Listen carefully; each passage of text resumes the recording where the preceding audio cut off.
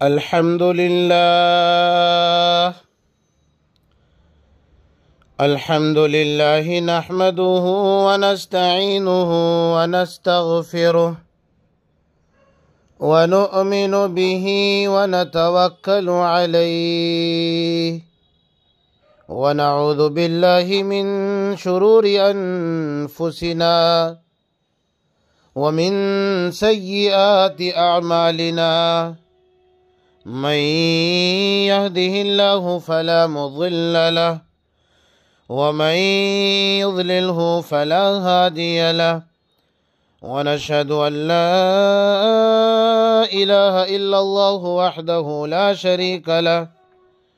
ونشهد أن محمدا عبده ورسوله أما بعد فأعوذ بالله من الشيطان الرجيم بسم الله الرحمن الرحيم ولله على الناس حج البيت من استطاع إليه سبيلا ومن كفر فإن الله غني عن العالمين عن علي رضي الله تعالى عنه قال قال رسول الله صلى الله عليه وسلم من ملك زادا وراحلة تبلغه إلى بيت الله ولم يحج فلا عليه أن يموت يهوديا أو نصرانيا رواه الترمذي أو كما قال عليه الصلاة والسلام صدق الله العظيم وصدق رسوله النبی الکریم۔ جو کر گئی تھی بیان رسالت، جو کر گئی تھی بیان رسالت، وہ کر رہے ہیں علی روایت، کہ جس کو بخشی خدا نے وسعت، کہ جس کو بخشی خدا نے وسعت، کرے نہ سوئے حجاز رحلت، نہ جائے مکہ نہ جائے طیبہ، نہ جائے مکہ نہ جائے طیبہ، رہے وہ محروم از سعادت، تو آئے گا پھر گرفت رب میں، تو آئے گا پھر گرفت رب میں، بگڑ ہی جائے گی اس کی حالت، مرے گا بن کر یہود یا پھر، مرے گا بن کر یہود یا پھر، بشکل عیسائی ہے ہلاکت۔ یہ اس لیے کہ ہے حکم قدرت، یہ اس لیے کہ ہے حکم قدرت، اگر ہو بندوں میں استطاعت، تو حج ضروری ہے لازمی ہے، تو حج ضروری ہے لازمی ہے فرض حرمین کی زیارت۔ نہایت ہی قابل احترام حضرات گرامی، گزشتہ جمعہ حج کی ترغیب پر تفصیلی گفتگو قرآن و حدیث کی روشنی میں پیش کی گئی تھی۔ اس جمعہ استطاعت کے باوجود حج نہ کرنے پر قرآن و حدیث میں وارد وعید کا تذکرہ ہوگا انشاءاللہ، اس امید کے ساتھ کہ انشاءاللہ ہماری باتوں کو دل سے قبول کر کے عمل کے جذبے کے ساتھ سنی جائے گی۔ حضرات گرامی، قرآن کریم کی جو آیت میں نے تلاوت کی، اس میں اللہ رب العالمین نے ارشاد فرمایا وَلِلَّهِ عَلَى النَّاسِ حِجُّ الْبَيْتِ مَنِ اسْتَطَاعَ إِلَيْهِ سَبِيلًا، کہ اور اللہ کے لیے لوگوں پر اس گھر کا حج کرنا فرض ہے جو وہاں تک پہنچنے کی استطاعت رکھتا ہو۔ وَمَنْ كَفَرَ، اور جو حج کرنے سے انکار کر دے تو اللہ تبارک و تعالی کو ہم انسانوں کی عبادتوں کی ضرورت نہیں ہے۔ فرمایا فَإِنَّ اللَّهَ غَنِيٌّ عَنِ الْعَالَمِينَ، کہ بے شک وہ تمام جہانوں سے بے نیاز ہے۔ علامہ اقبال رحمۃ اللہ علیہ نے سچ اور حق کہا، عجب نہیں کہ خدا تک پہنچ سکے کوئی، عجب نہیں کہ خدا تک پہنچ سکے کوئی، تیری نگاہ میں کعبہ نہیں تو کچھ نہیں، تیری نگاہ میں کعبہ نہیں تو کچھ نہیں۔ برادران اسلام، یقیناً حج کرنے والے اللہ کے مہمان بنتے ہیں اور ان کے لیے مغفرت، رحمت اور جنت کی بشارتیں ہیں۔ لیکن افسوس، جہاں ایک طرف حج کرنے والوں کے لیے یہ بلند مقامات ہیں، وہیں استطاعت کے باوجود حج نہ کرنے والوں کے لیے سخت وعیدیں اور دنیا و آخرت میں بڑی محرومی اور رب کی ناراضگی کا شکار ہو جاتے ہیں۔ استطاعت کے باوجود حج نہ کرنا یا بلا کسی شرعی عذر کے تاخیر کرنا روحانی سکون سے محرومی ہے، امت مسلمہ کی عالمی یکجہتی سے دوری ہے، گناہوں کی معافی سے محرومی ہے، دینی فریضے سے روح گردانی ہے، اللہ سے بیزاری کے مترادف ہے، اور موت کے بعد حسرت ہی حسرت ہے۔ الغرض حج میں سستی کرنا ایمان کے لیے بھی خطرہ ہے۔ اللہم احفظنا من۔ چنانچہ امام ترمذی رحمۃ اللہ علیہ نے اپنی سنن ترمذی کتاب الحج جلد نمبر 1 اور صفحہ نمبر 167 حدیث نمبر 812 میں حضرت علی رضی اللہ تعالی عنہ کی روایت نقل کرتے ہیں کہ اللہ کے رسول صلی اللہ علیہ وسلم نے ارشاد فرمایا، من ملک زادا وراحلۃ تبلغہ الی بیت اللہ، یعنی جو شخص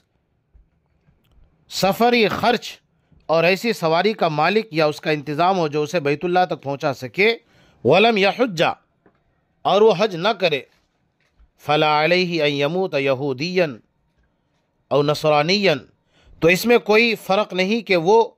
یہودی ہو کر مرے یا عیسائی ہو کر مرے۔ معزز حاضرین، رسول کریم صلی اللہ علیہ وسلم کا یہ فرمان کہ فلا علیہ ان یموت یہودیا او نصرانیا یقیناً ہمارے ایمان کو جھنجھوڑنے کے لیے کافی ہے، نہایت ہی سخت اور خوفناک وعید ہے۔ ذرا سوچیں کیسا انجام ہے اس شخص کا کہ جس کے پاس مال بھی ہے، صحت بھی ہے، راستہ بھی ہے، مگر پھر بھی وہ حج جیسے عظیم فرض کی ادائیگی میں سستی اور غفلت کرتا ہے۔ رسول اللہ صلی اللہ علیہ وسلم کے الفاظ ہمیں خبردار کرتے ہیں، اگر ہم نے حج کو معمولی سمجھا تو ہمارا انجام ایمان سے محرومی اور کفار جیسے انجام کی طرف لے جا سکتا ہے۔ شاعر کہتا ہے کہ جس کو بخشی خدا نے وسعت کرے نہ سوئے حجاز رحلت، نہ جائے مکہ نہ جائے طیبہ، رہے وہ محروم از سعادت۔ میرے بھائیو، یہ کوئی معمولی بات نہیں بلکہ یہ ہمارے عقیدے، ہماری نجات اور ہماری آخرت کا سوال ہے۔ حضرت امام جلال الدین عبد الرحمن بن ابی بکر السیوطی رحمۃ اللہ علیہ نے تفسیر در منصور میں سورہ آل عمران اور آیت نمبر 97 یعنی ومن کفر فإن اللہ غنی عن العالمین کی تفسیر میں حضرت عمر فاروق رضی اللہ تعالیٰ عنہ کا یہ قول نقل کیا ہے کہ جو شخص تندرست ہو، روپیہ پیسہ والا ہو، اور اتنا روپیہ پیسہ ہو کہ حج کے لیے جانے کی استطاعت ہو، اور پھر وہ بغیر حج کیے مر جائے، تو قیامت کے دن اس کی پیشانی پر کافر لکھا ہوا ہوگا۔ ایک اور روایت میں اسی تفسیر کی کتاب میں ہے، حضرت عمر رضی اللہ تعالی عنہ سے منقول ہے کہ جو شخص حج کی استطاعت رکھتا ہو اور حج نہ کرے اور بغیر حج کیے مر جائے تو قسم کھا کر کہہ دو کہ وہ عیسائی مرا ہے یا یہودی مرا ہے۔ شاعر اسی کو کہتا ہے کہ مرے گا بن کر یہود یا پھر بشکل عیسائی ہے ہلاکت۔ حضرت امام سعید بن منصور رحمۃ اللہ علیہ نے حضرت نافع رحمۃ اللہ علیہ کے واسطے سے حضرت ابن عمر رضی اللہ تعالی عنہما سے روایت نقل کی ہے کہ جس نے ایک سال اور دوسرے سال حج کرنے کی طاقت پائی اور اس نے حج نہ کیا تو اس کی نماز جنازہ نہ پڑھی جائے۔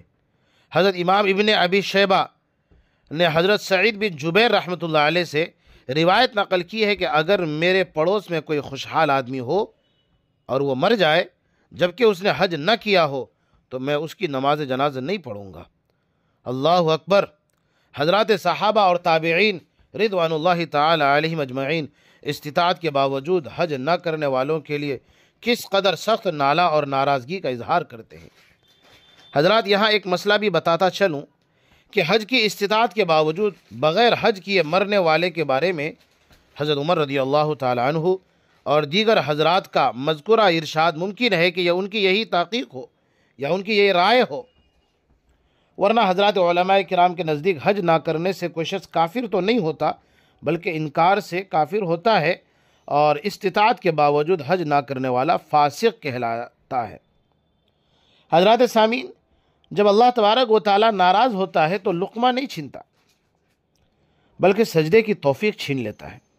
اللہ ناراض ہوتا ہے تو مال نہیں چھینتا، عبادت کی توفیق لے لیتا ہے۔ اللہ ناراض ہوتا ہے تو رزق نہیں چھینتا بلکہ رزق کی برکت چھین لیتا ہے، اور اللہ جس سے ناراض ہوتا ہے اس پر اپنے گھر کے دروازے بند کر لیتا ہے،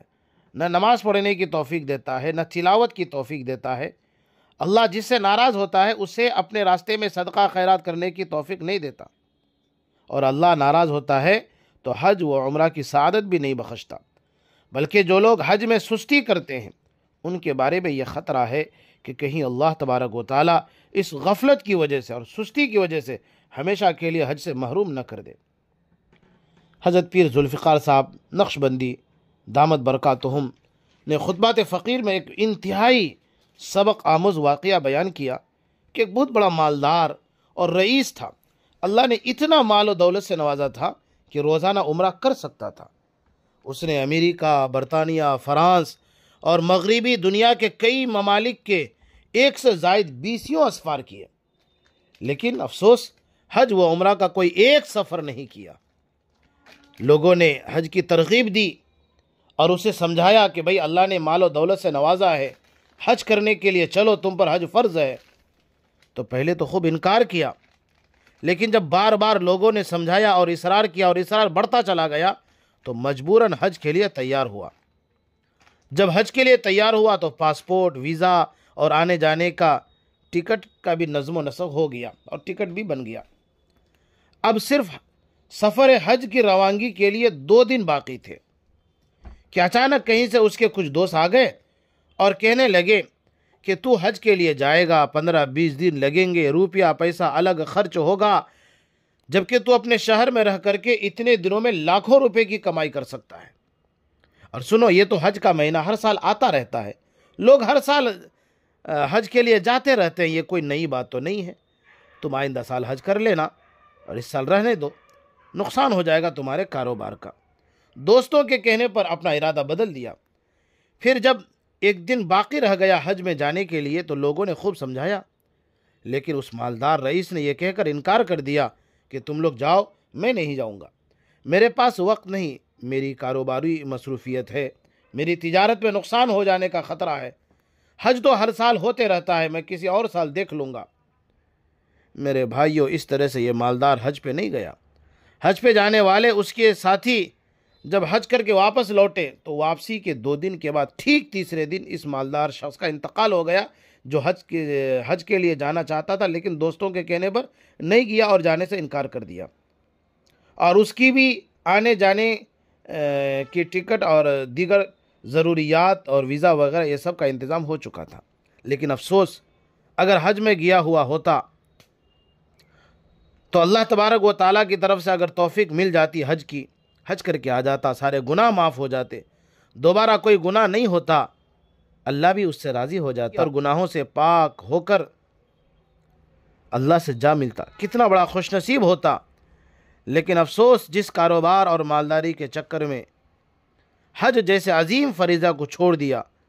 وہ دولت بھی دنیا میں رہ گئی، وہ دوست بھی کچھ کام نہیں آئے، اور خالی ہاتھ حج کی دولت سے محروم ہو کر دنیا سے چلا گیا۔ اللہ اسی محرومی اور بدنصیبی کی موت سے ہم سب کی حفاظت فرمائے۔ نہ جائے مکہ نہ جائے طیبہ، نہ جائے مکہ نہ جائے طیبہ، رہے وہ محروم از سعادت، تو آئے گا پھر گرفت رب میں، بگڑ ہی جائے گی اس کی حالت، مرے گا بن کر یہود یا پھر بشکل عیسائی ہے ہلاکت، یہ اس لیے کہ ہے حکم قدرت اگر ہو بندوں میں استطاعت۔ حضرات سامعین، اگر ہم پر حج فرض ہو چکا ہے تو ہم فوراً اس کی تیاری کریں، قبل اس کے کہ زندگی کا چراغ بجھ جائے۔ اللہ ہمیں عمل کی توفیق دے اور ہمیں ان لوگوں میں شامل نہ کرے جن کے بارے میں نبی صلی اللہ علیہ وسلم نے اتنے سخت وعید فرمائی ہے۔ حضرت علامہ اقبال رحمۃ اللہ علیہ کے شعر پر اپنی بات کو مکمل کرتا ہوں۔ عجب نہیں کہ خدا تک پہنچ سکے کوئی، عجب نہیں کہ خدا تک پہنچ سکے کوئی، تیری نگاہ میں کعبہ نہیں تو کچھ نہیں۔ وآخر دعوانا الحمد للہ رب العالمین۔